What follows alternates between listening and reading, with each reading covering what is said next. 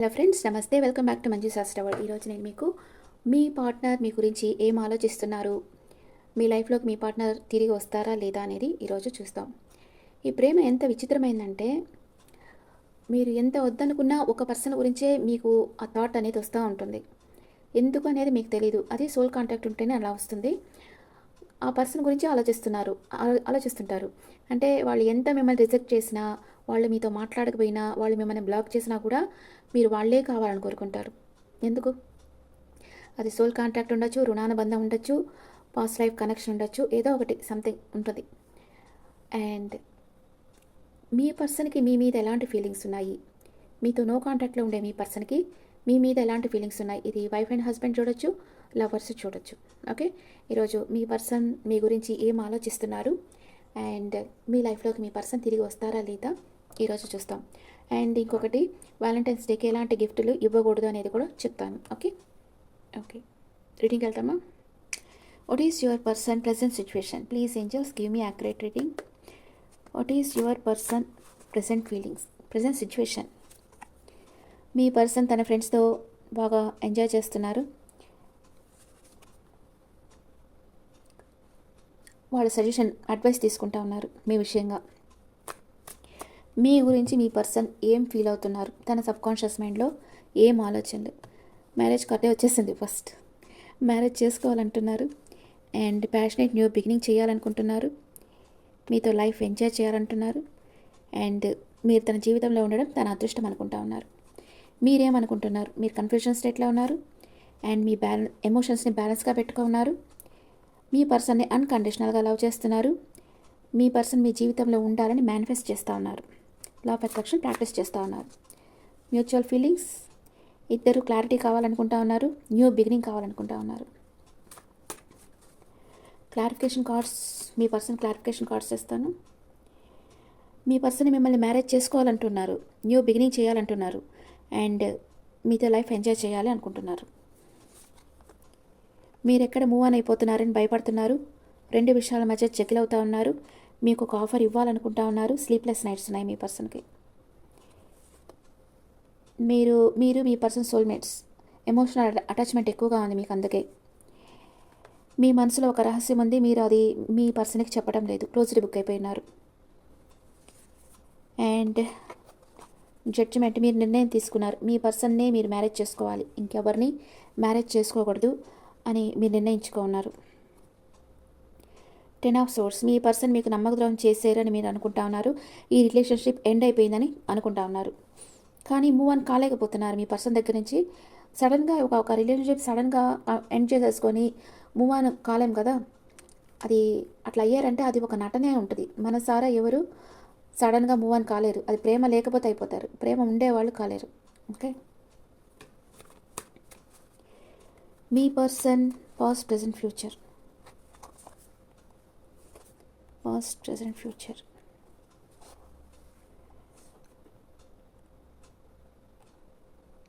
మీ person స్లోగా మీ దగ్గరికి రావాలనుకుంటున్నారు పాస్ట్లో. ప్రజెంట్ మీ పర్సన్కి ఏదైనా మ్యారేజ్ ప్రపోజల్ వచ్చి ఉండొచ్చు, లేదా తన ఫ్యామిలీతో హ్యాపీగా ఉన్నారు మీ పర్సన్ ప్రజెంట్. ఫ్యూచర్లో బాధపడతారు, ఏదో ఒక విషయంగా బాధపడబోతున్నారు. మీ పాస్ట్ ప్రెజెంట్ ఫ్యూచర్.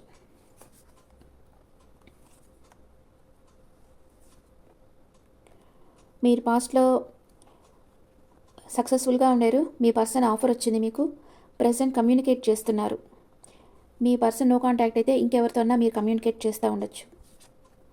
ఫ్యూచర్లో మిమ్మల్ని మీరు ప్రొటెక్ట్ చేసుకుంటా ఉన్నారు. ఓకే, అండ్ లేదా మీ పర్సన్తో మాట్లాడాలి అని కూడా మీరు కోరుకుంటా ఉన్నారు. ఓకే, మీ పర్సన్ ఇప్పుడు మిమ్మల్ని ప్రేమిస్తున్నారా లేదా? అట్ ప్రెజెంట్ మూమెంట్ మీ పర్సన్ మిమ్మల్ని ప్రేమిస్తున్నారా లేదా? అబ్సెషన్లో ఉన్నారు. మీ గురించే 24/7 ఆలోచిస్తూ ఉన్నారు.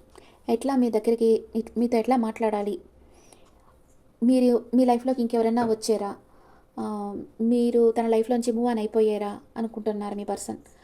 మీతో మాట్లాడేదానికి మీ పర్సన్కి ధైర్యం చాలటం లేదు. ఎందుకంటే మీరు పోయినప్పుడు తనతో మాట్లాడాలనుకున్నప్పుడు చాలా రెఫ్యూజ్ చేశారు.